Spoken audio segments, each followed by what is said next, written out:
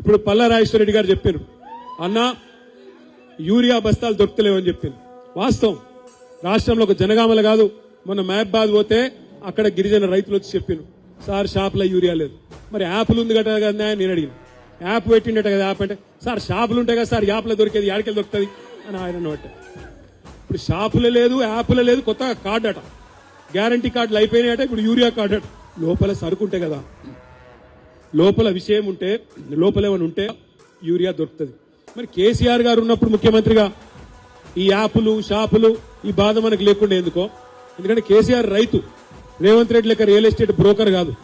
అందుకే రైతు కాబట్టి, రైతు కష్టం తెలుసు కాబట్టే కేసీఆర్ గారు రైతుకు కష్టం తెలియకుండా మీకు టైంకు నాట్లేసే టైంకు మంచిగా మీ ఫోన్లన్నీ టింగు టింగు టింగు అనుకుంటా రైతు బంధు పడుతుండే.